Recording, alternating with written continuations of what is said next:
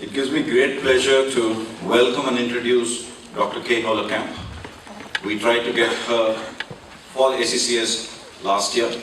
For a variety of scheduling reasons, she couldn't make it, but she very quickly accepted our invitation this year.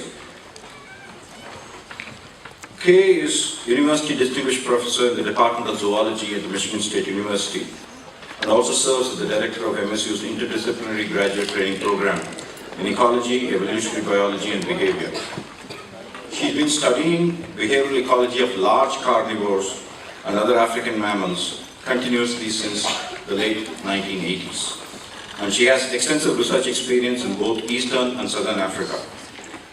She received her undergraduate degree from Smith College and her PhD from University of California at Berkeley. After spending 3 years as postdoctoral fellow in behavioral endocrinology at University of California at Santa Cruz, she joined the research staff at the California Academy of Sciences and began her ongoing study of free-living spotted hyenas in Kenya in 1988. Her research interests focus on the behavior, physiology, and conservation of mammalian carnivores. In 1992, she joined the faculty at Michigan State University, where she teaches graduate and undergraduate classes each year in introductory biology, ethology, behavioral ecology, and carnivore conservation. Kay's other interests include traveling. She's traveled extensively across the world, sailing, scuba diving, and I've extended her an invitation to visit us in the Andamans. And she's an old India hand. She hitchhiked for several weeks through much of northern and central India in 1976. But unfortunately, she doesn't have very vivid memories of that visit, so we couldn't get a comparison of what her feelings of India then and now are. Welcome, Kay. She's going to talk to us about anthropogenic influences on the behavior and physiology of African carnivores, a theme which is very relevant to much of Asia also. Please welcome Kay Holekamp.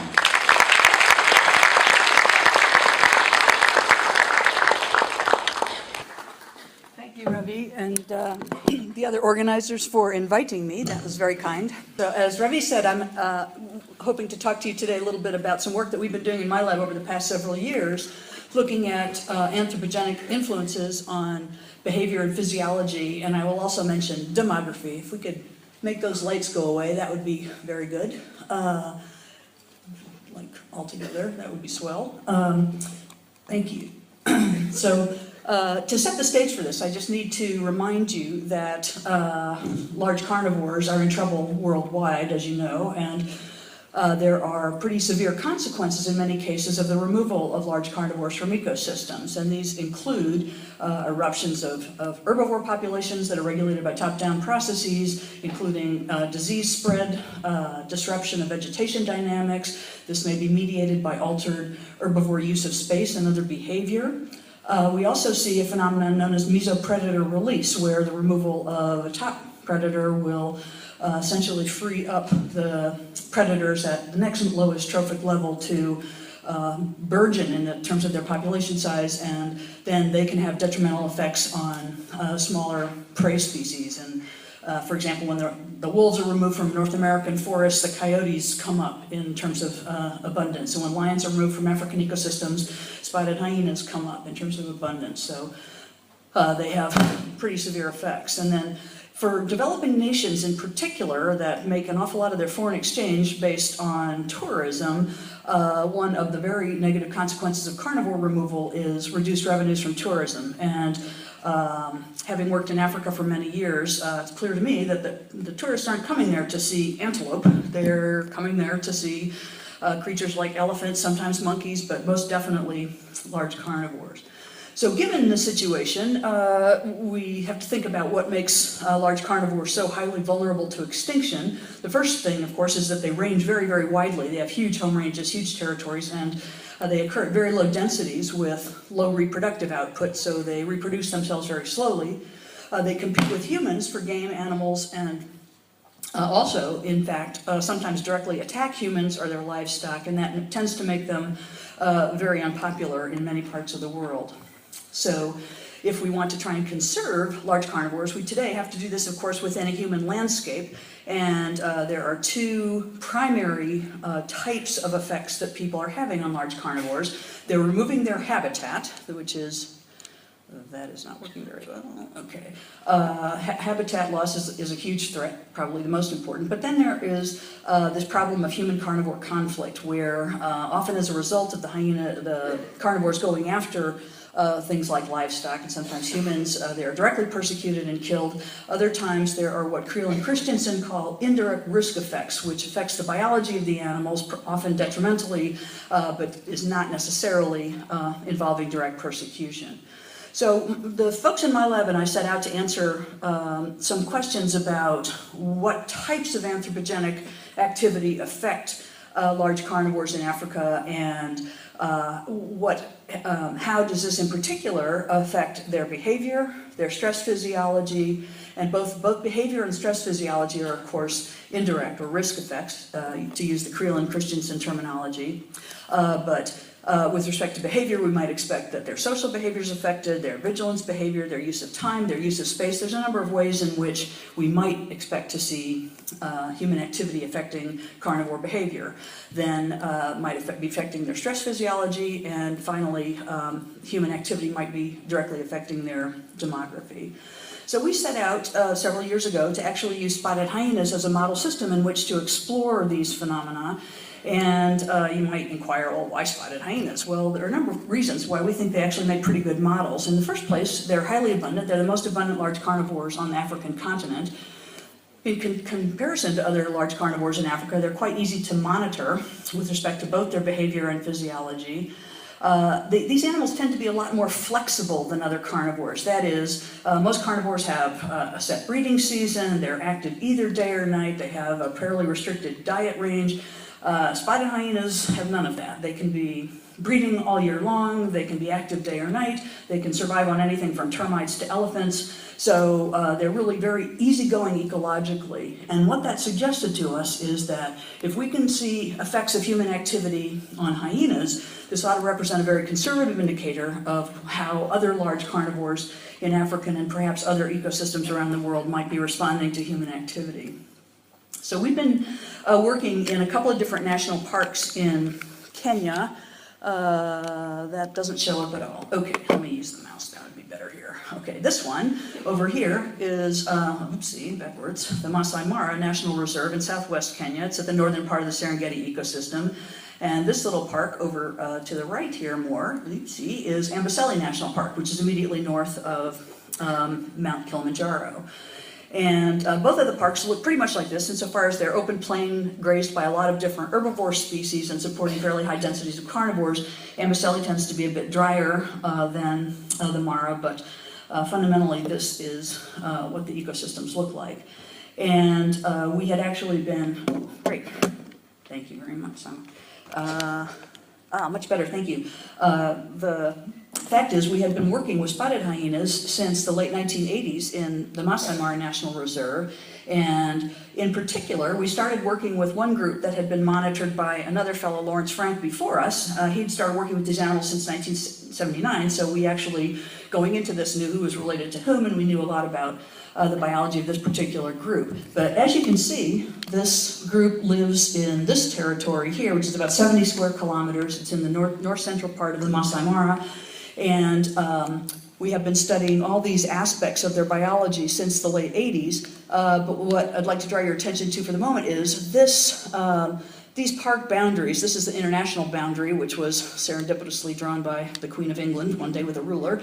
And this is the northern boundary of the park. And it was also originally a straight line, but the local people asked that the British, when they gazetted this park, please drop the boundary down to this river system here, the Talek River, so that their livestock could have access to the water in the river.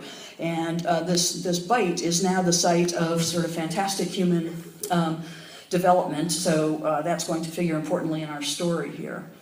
Before I go any further, I need to tell you a little bit about basic hyena biology. These animals are amazingly baboon or macaque-like in their societies. They live in big groups containing up to 130 individuals.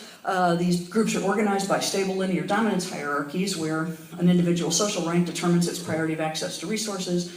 There are multiple breeding adults of both sexes and multiple generations per social group. And they exhibit what we refer to as fission-fusion sociality, where the animals, if you have a group, for example, a clan of 70 hyenas, they are very rarely seen all together at the same time. Instead, you tend to see them only gather in big aggregations when there is need for a lot of help from colleagues.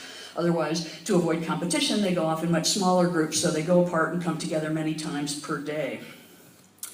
The life history of these animals involves several months originally spent at dens. The mothers give birth in an isolated natal den, then move their cubs after about a month to the clan's communal den. This is a typical communal den seen here. It's the social center of every hyena clan. They stay at the communal den until they're 10 to 12 months old. They then start traveling around the home range originally with the mother and then later on their own.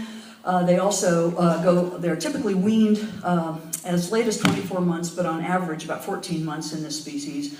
They go through puberty at 24 months, and then females are philopatric, like most mammals. They spend their entire lives in the natal territory. By contrast, sometime after puberty, 100% of males change groups, and if they get lucky, they get socially integrated into another group where they may be able to breed.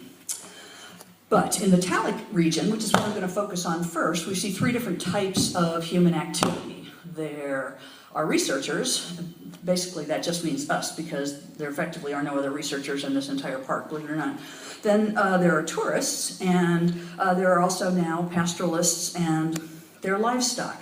So we wanted to figure out, okay, is one of these groups having a bigger influence on the animals than others? And if so, how does that manifest? So our experience working with the hyenas is most of these hyenas have actually grown up with us, and they certainly don't appear to be nervous about us. They will routinely come up and explore our vehicles. In fact, they will tear off your car mirror or your exhaust system or whatever happens to be sitting around. But I'm going to lump us with tourists because we're out there at the same time of day. Neither researchers nor tourists get out of their vehicle, and neither carry weapons, which is going to set them apart from pastoralists in this particular ecosystem. So again, watching the hyenas interact with tour vehicles, we don't see them acting as though they were nervous about it. You can see these animals here sitting grooming a couple body lengths from this car, apparently completely indifferent, and that's very typically the scenario that we see here. And then the third group of humans that are active in this area are pastoralists, Maasai mainly, in both Amboseli and Maasai Mara National Reserve. And these herds of livestock are brought into the reserve, and they are guarded by herders who are on foot carrying spears and various other weapons at all times. But what we've been able to do is use the fact that the livestock and the herders are on different schedules from the researchers and the tourists. And this allows us to disentangle the effects of these two groups of humans on the hyenas. So what we see if we look across a single year is that the cattle and other livestock are grazed all year long, every month of the year. The tourists, by contrast, are mainly present during what the Kenyans call the high season, which is the North American summer, and then again about Christmas time. So it's about half the year is high tourism season, other half is not. Then over the course of a 24-hour cycle, we see the cattle are brought into the park at roughly 8 o'clock in the morning. They leave about 5:30 or 6 at night. By contrast, the researchers and tourists, we actually start earlier than the tourists, but we're typically back at the lodges. The tourists are by roughly 9 o'clock, and they are out again on game drives starting roughly 4:30 in the afternoon, but they have to be in by dark to follow park rules. So the local Maasai live in villages that look very much like this. Traditionally, the ladies go out and cut down acacia branches, make big thorn fences around the entire village. The huts the ladies also make, and they are made of sticks and mud and cow dung. Then there are acacia thorn branches that are used to close these openings at night because the cattle are all herded into this big central area. The sheep and goats, which I will refer to as shoats, are herded into these smaller enclosures within the overall village, which is referred to as a manada. And we have seen, as I mentioned, huge amount of development in this bight out of the northern part of the park. Here you're seeing a blow-up of that. And there are now lots and lots and lots of more or less traditional Maasai villages along the northern boundary of this park, right across the river from the national park, which is all this colored area. These orange circles represent tourist lodges, and this blue circle here represents what's referred to as Talek Town, which has become quite a substantial community. So this is what Talek Town looked like from the air in 1989. It was nothing more than about 3 of these little manyadas. You can see here's a corral that's just for the cows, but all these other ones have human habitations in them. Here are the cows leaving in the morning because they're put in these corrals at night to protect them from the predators, and then released to graze during the day. This is what Talek Town looked like in 2009, and this telephone tower here is going to literally vanish. That tower's right over here now, because Talek Town, even in the past 4 years, has just grown fantastically. There are petrol stations now there and all kinds of fancy things. So what we see over the years is that there's been exponential growth in the human population in this particular area. These data are from Lamprey and Reed from 2004, and in fact the human density is doubling every 15 years. So there are lots of people there now. And along with every person comes 4 or 5 cows, because that's what the Maasai believe they need to support their families. And so there has been a rather fantastic increase in livestock grazing, and the national park has come to be used as a commons, which is now, I think, experiencing a tragedy as a result of this. So we're seeing the wild herbivores like these topi here trying to make their way amongst these very dense aggregations of cows. Even for us sometimes it's hard to make your way through the cattle. Whereas in 1989 we'd see little tiny groups like this, is 7 or 8 cows that you'd see grazing very secretively along the edges of the park in the thickets right next to the Talek River. Now they're going way deep into the park every day and being herded out. So in 2009 you can see all of these are tens of thousands of cows that are exiting the park first thing in the morning, because there are no ranger patrols during the night, so the cows are often brought in enormous numbers during the night. And yet somehow the hyenas are managing to persist under these circumstances. So I got interested in this quite a while back when a graduate student of mine, Erin Boydston, did a dissertation where she was interested in the use of space by spotted hyenas, and she actually did a study where she was comparing her 2 years living in the Masai Mara, which is 96 to 98, to a couple of earlier years, roughly a decade earlier, when I had been living there. And what happened was, Erin was analyzing her dissertation data, and she brings me a map of the Talek territory like this, but it showed only these black dots. And she said, "This is where the hyenas are." And I said, "Erin, you've obviously done something wrong. That's not right. The hyenas like this central plain down here where all the nice grass is and the herbivore densities are highest." And so I said, "Why don't you go back and put in the points that were there from the years that I lived there, and let's see if they differ." And lo and behold, these white points were from the years when I lived there, and yes, I was right. They had been hanging out in the central plain in those days, but these days they're hanging out either to the east or far to the west. So this certainly got my attention.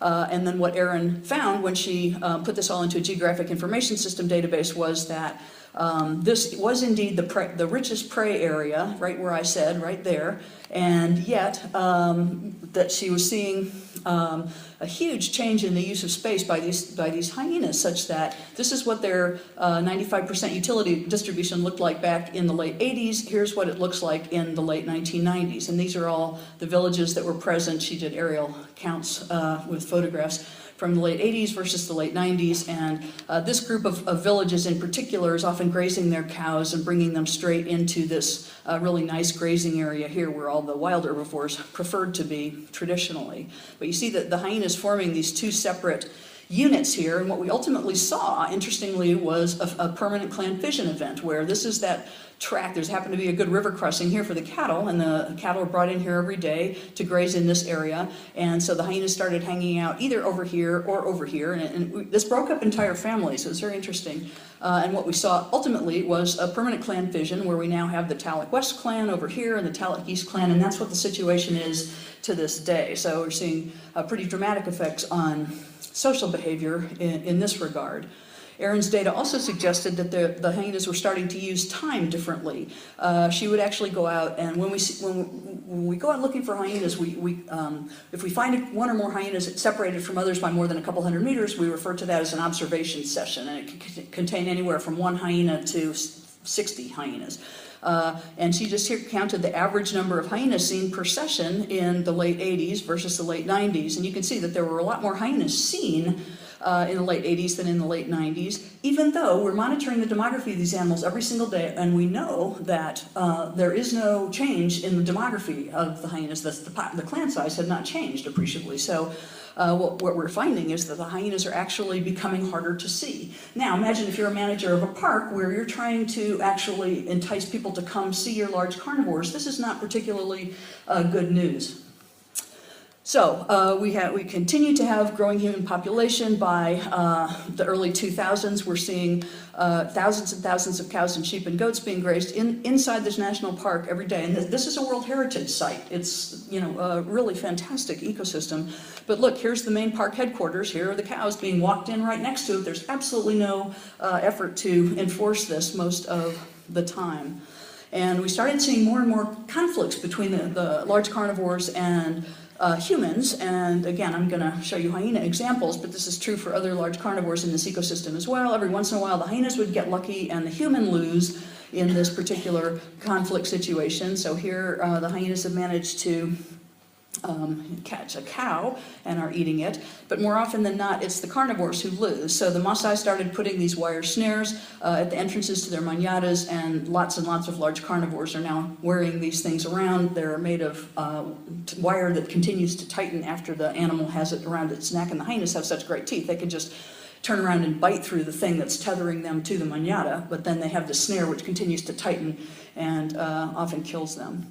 And then we see very direct killing, where in this case is one of my very favorite hyenas ever. She made the mistake of going in after a sheep in the middle of the night and was speared, but we also see rather massive poisoning events. So there's a lot of very direct conflict going on. So then, in the early 2000s, along comes this guy, Joseph Kalowski, a new grad student in my lab, and what we decided to do was to actually find a place that continued to be pristine. This particular area out here, which is the clan of the Mara River hyenas, and this is so far away from the borders of the park that nobody can walk their cows in and out of here in the course of a single day. And here's the Talek West and Talek East clans that I was mentioning to you.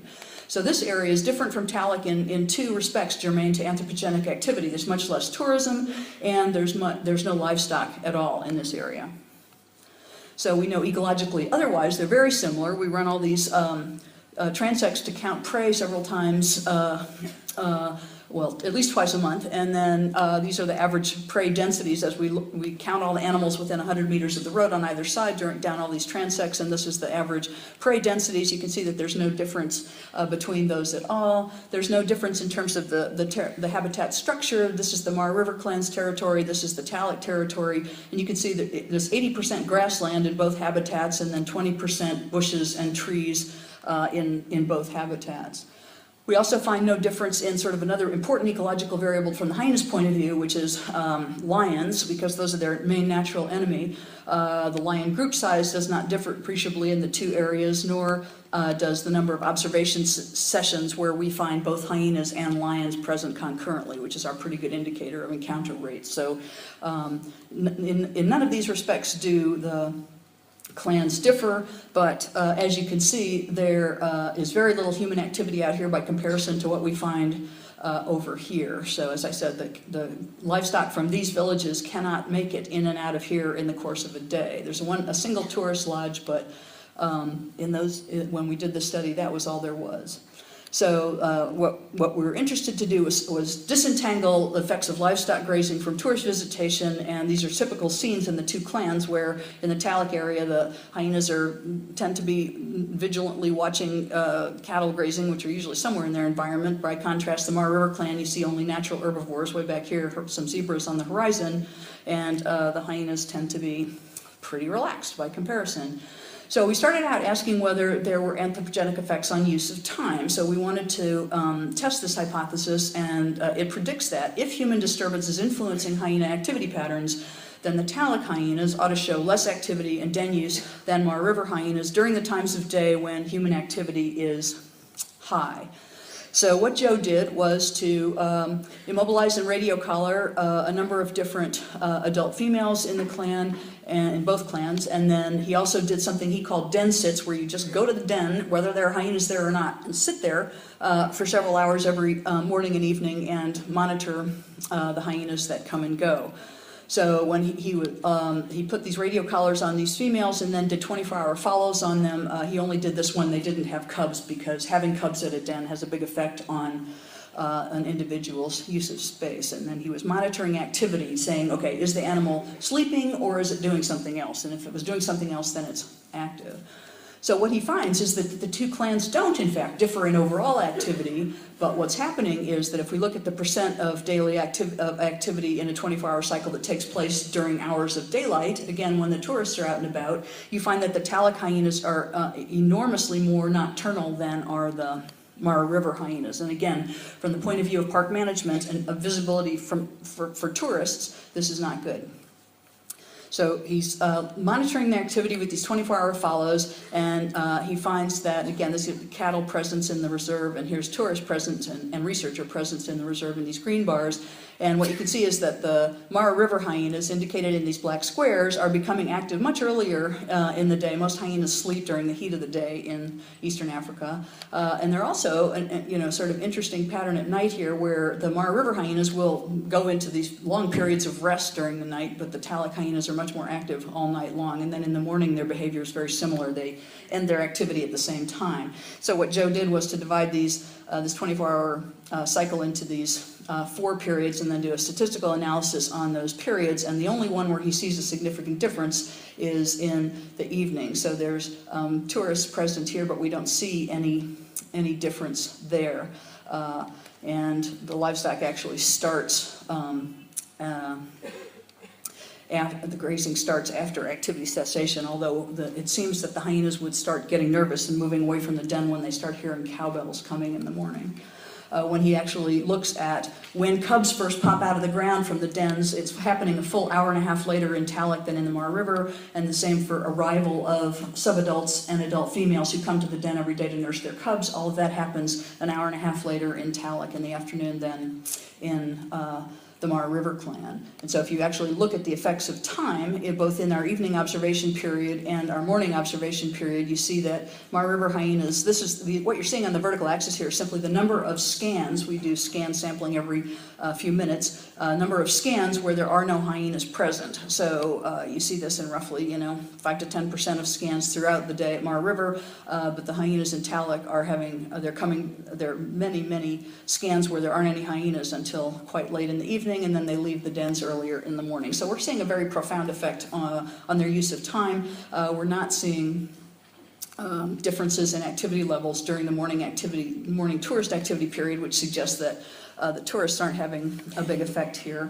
And we also simply don't see any nervousness in response to tour vehicles. Then the next question was, okay, well, is anthropogenic activity influencing use of space? And so Joe set out to answer 3 questions. First, what ecological factors determine where hyenas go in an undisturbed setting? Then, when livestock are present, what changes? And if we do see changes, what are the costs of this altered space use to the hyenas? So for this case, he used radio tracking data collected over 20 months in these many radio-collared individuals of both sexes from both clans, and he's radio tracking day and night, but the main tracking events were, again, when the hyenas are putatively most active early in the morning and late in the evening. And what Joe would do would actually be to look at the effects of a number of different ecological variables on the hyenas in undisturbed settings. And so he actually did all this in a big GIS database where he had one layer that was a location of streams in the ecosystem, both permanent and temporary. He looked at vegetation class wherever the hyenas were found. These are the ones I showed you before. He actually kept track of where the communal den was located, because, as I said, that's the social center of every hyena clan. And we run these prey transects multiple times per month, And these are all the transects that were running in both territories, and you can then extrapolate and you can generate grids of prey density. And in this particular time interval, the highest prey densities were down here in the southeast corner of the Talic territory. And he would do the same thing for livestock, where again he's running multiple censuses per month and generating a grid, what he referred to as livestock utility value. And in this particular time interval, the most intensive livestock grazing is over here in the Far East, and right here in the center of the territory. And then he would run generalized linear models where he's actually looking at a binary dependent variable, is the hyena found there or not? So he would take 5,000 tracked locations in each home range, so that's 10,000 locations, and then 5,000 random locations in each clan's territory, and then simply asked, okay, was this used or not? And so he's actually just predicting the probability that a location is used based on those ecological variables. So here, for example, we have a hyena walking along in what looks like grassland. Then we can actually relate it to all of these different ecological variables I just mentioned. What he would do, for example, is put the animal's position in space right here relative to all of those other variables, and then what you end up with is the GPS coordinates of this hyena at that moment in history, and then at that moment in history the animal's 250 meters from the communal den, 600 meters from the nearest temporary stream, 1,140 meters from the nearest permanent stream, and have all values for all of these other variables as well. So the modeling results, because you have to take into consideration the time period under study as well, are very hairy. I'm just going to summarize for you what is quite clear from the model results. The facts, the variables that influence where hyenas spend time in an undisturbed habitat are these: where the den is, where prey are, how close water is, and what vegetation class is in the immediate area. But then when livestock are present, things change. We see a much reduced influence of the den, much reduced influence of prey. And that's what you're seeing back in Aaron Boydston's data from the late 90s. We see increased importance of vegetation, particularly avoidance of open grassland, which is really unusual since that seems to be the hyena's preferred habitat. But interestingly, we saw no direct avoidance of livestock. We calculated that there are considerable energetic costs now because when livestock are present, the animals have to travel further to the den, travel further to food, but the vegetation cover does seem to allow hyenas to co-occur with livestock and humans. So another behavior that we were interested in was vigilance behavior, and this was work done by William Pangle, another grad student in my lab, and she, again, just compared vigilance behavior in Mara River hyenas and Talic hyenas over the years, and she would do naturalistic observations of adults resting and feeding in both clan home ranges. So she would just take 10-minute video clips of an animal when it was either feeding or resting, take those video clips back to the lab, analyze those in slow motion, and calculate the percent time that each hyena spent vigilant under each circumstance, and then take a look at these various natural predators and other variables, how they affected vigilance. So we see a pretty dramatic variation in naturally occurring vigilance when there are lions present. Regardless of whether they're feeding or resting, the hyenas tend to be much more vigilant, particularly when they're resting. When they're feeding, they are interested in feeding, so they spend less time worrying about the lions, even though sometimes that has severe consequences.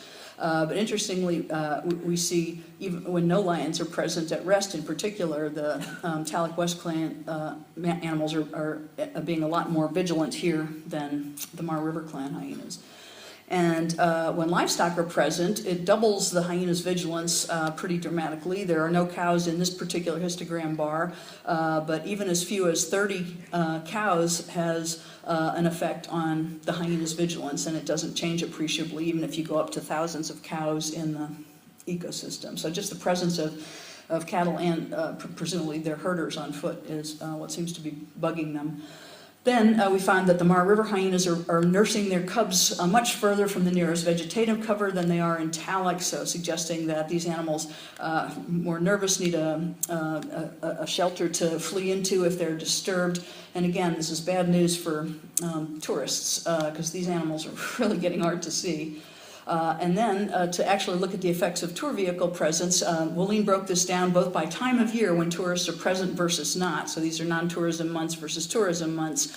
And then the times of the day when the tourists are present versus when they're not. And you just don't see an effect, a significant effect of tourists here. You just see a big difference between the two clans, but the tourist presence has no effect whatsoever.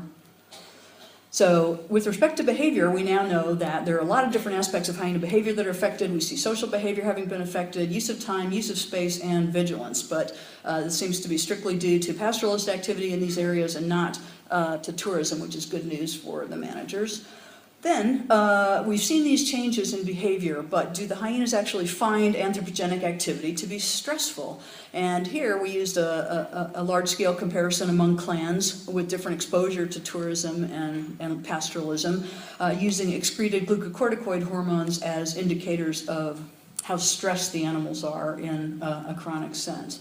So there is, as you're aware, a relatively new discipline called conservation physiology, where we know that humans are having influences on natural systems and that influence is increasing, but now it becomes important to determine what aspects of human influence are actually stressing the animals and how those stressors are operating. And I'm going to define a stressor as simply a noxious stimulus.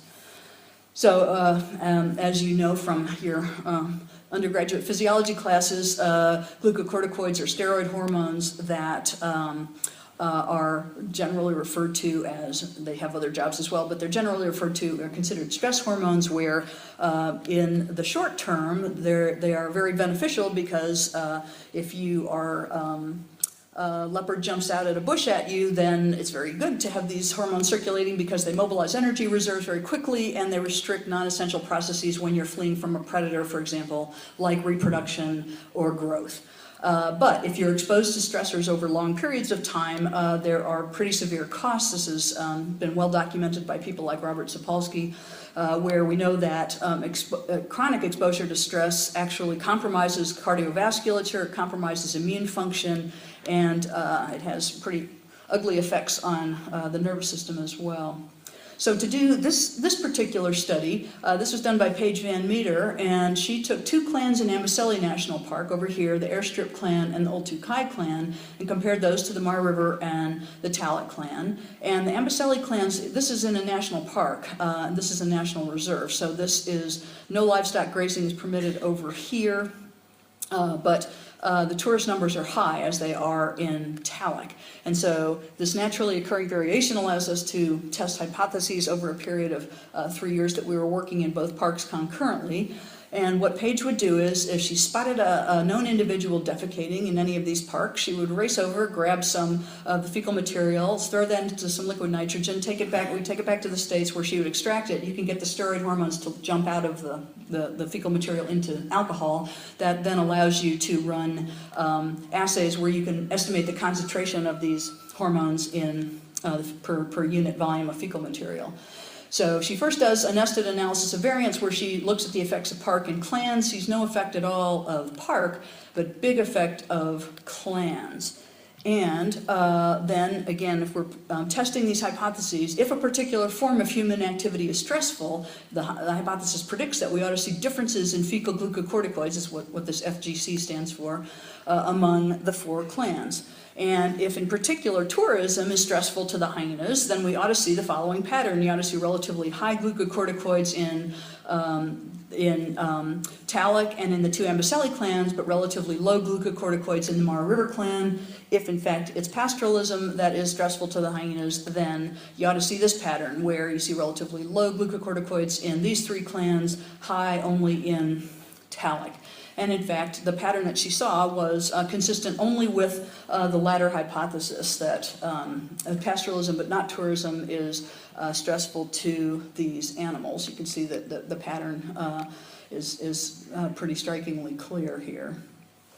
Then, the last thing I wanted to mention was the possibility of anthropogenic effects on demography. And as I mentioned, we've been monitoring demography in the Talek clan since the late 80s. we're out there every single day and looking for hyenas, and so sometimes you don't see them for a few days, but ultimately you know who in any given 2 or 3 week interval is present in the clan.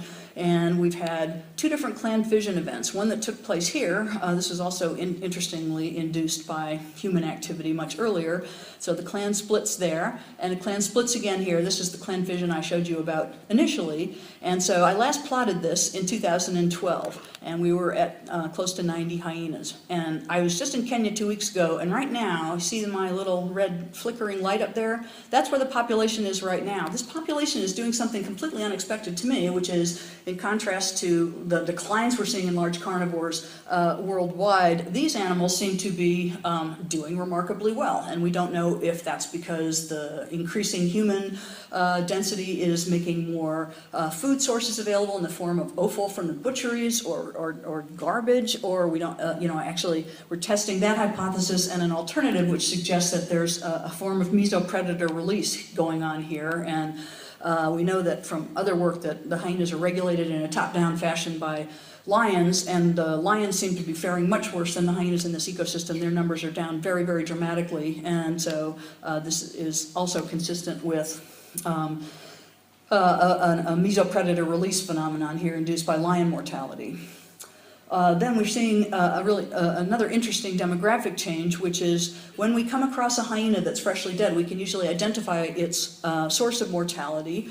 And so what we used to see in the late 80s was that very little of the mortality that we could identify was due to humans. Every once in a while you'd see a hyena get hit by a car or something, but these days we're seeing this. I last plotted in 2009, and every year since, 100% of the mortality that we've been able to identify a source of is induced by humans. So we're seeing quite big effects on this aspect of their demography.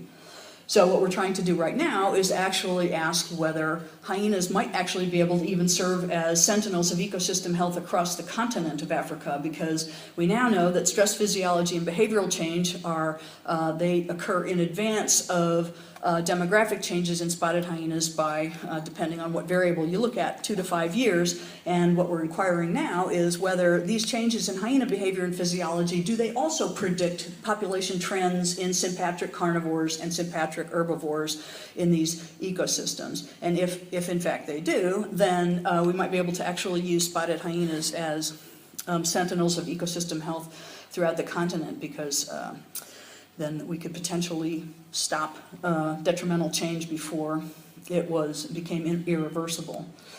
Finally, I just wanted to say, here's what I hope the take-home messages will be from this, that we're finding that pastoralist activity, but not tourism, is having effects on the hyenas. We're seeing the same patterns across all our data sets, which are behavior, physiology, and demography. We see that restricted activity and dependence on vegetative cover is allowing the hyenas to coexist where other large carnivores may not be able to, but it is having effects on both energetics and their competitive interactions.